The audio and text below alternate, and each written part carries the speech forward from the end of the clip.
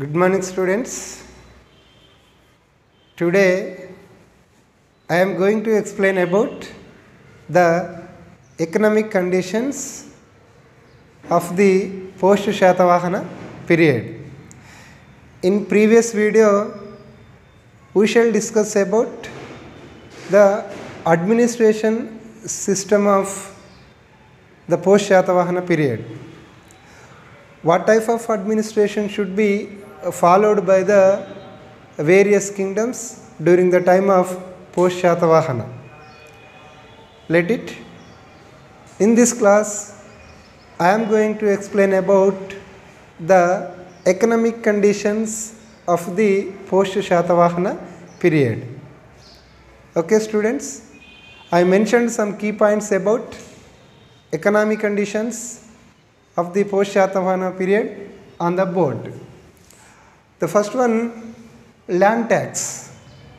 Land tax was the main income source of the state. What is? Land tax is the main income source of the state. Why? Why the land tax was the main income source of the state in those days? Because in society, a number of people are depending agriculture sector and their main profession is agriculture. That's why a huge crops or huge income came out from the agriculture sector. And one more thing, there was no industries or no huge level of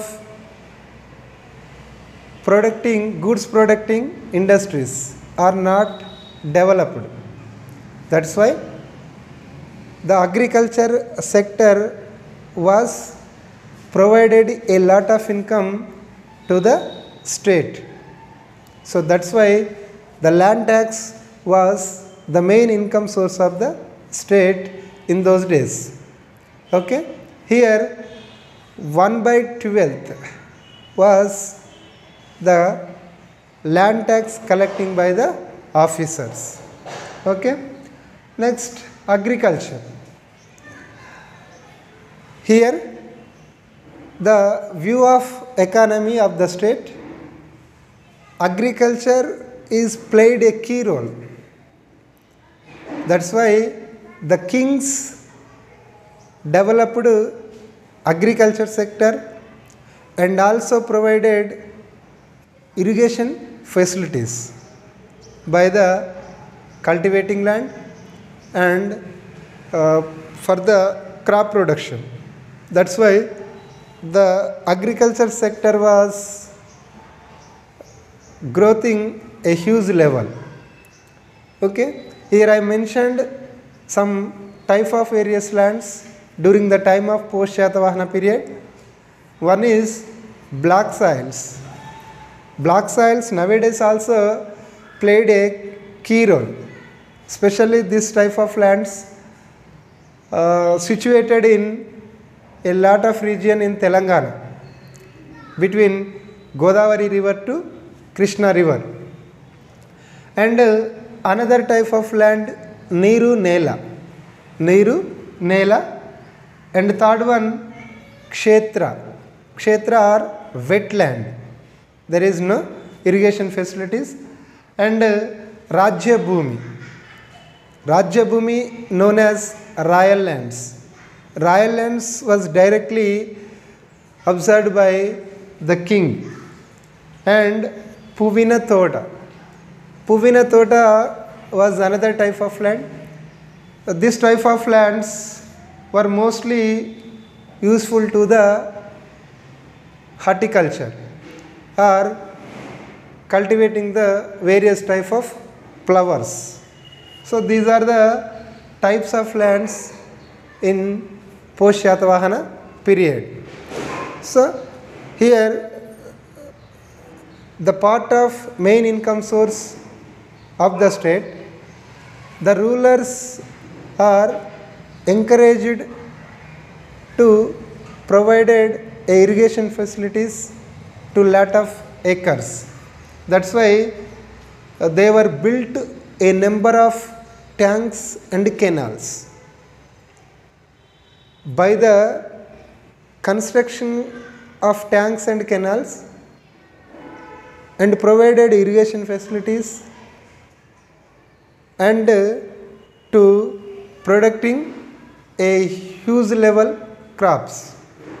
That's why here the rulers and another type of ministers and officers and feudators of the kings, etc.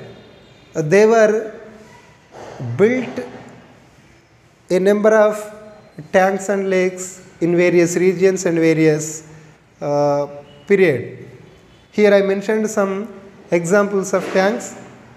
Here Bruhat tank at Nalgonda and Bhima Samudra at Mahabub Nagar, Bhima Samudra, and Madhvaja Kara in Medak district, and Achaba Samudram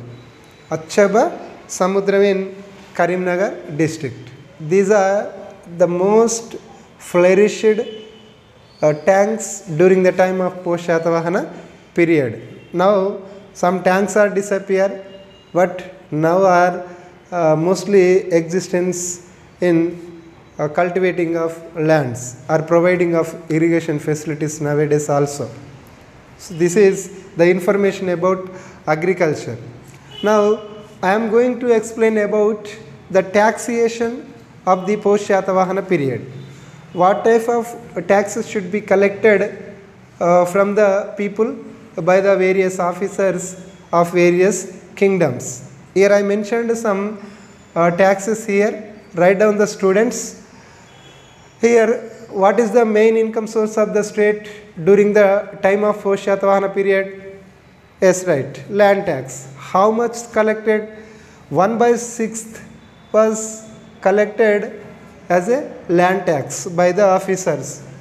And also I mentioned some another important taxes should be collected from the people, like water tax and livestock, house taxes, marriage taxes.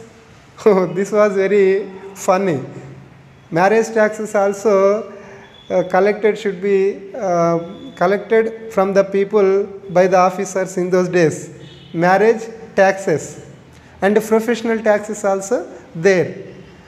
So these type of taxes are collected from the people by the kingdom. Here taxes paid in kind or cash. Taxes paid in kind or cash. వాళ్ళు ధన రూపంలో కానీ ధాన్య రూపంలో కానీ చెల్లించవచ్చు. Here I mentioned two kinds are very useful to exchange during the time of post Shatavahana period. They are Dhamma and Arvana. Dhamma and Arvana are the two kinds of the post Shatavahana period. And finally I am going to explain about trade and commerce. During the time of post Shatavahana period, trade and commerce also played a key role about the main income source of the state. There was internal and external trades are followed by the traders, and Srenis also there. What is Srenis? Srenis are the trading groups in those days. They are the trading groups of in those days. And here I mentioned some trade centers also. Alampuram and Warangal and Vemulavada. Alampuram, Warangal and Vemulavada are the trade centers of the post Shatavahana period. And cotton, majlis, silk, goods are the main products of the post Shatavahana period. Okay students, This is a brief information about the economic conditions of the post-Shatavahana period. Tomorrow we shall discuss about the social and religious conditions of the post-Shatavahana period.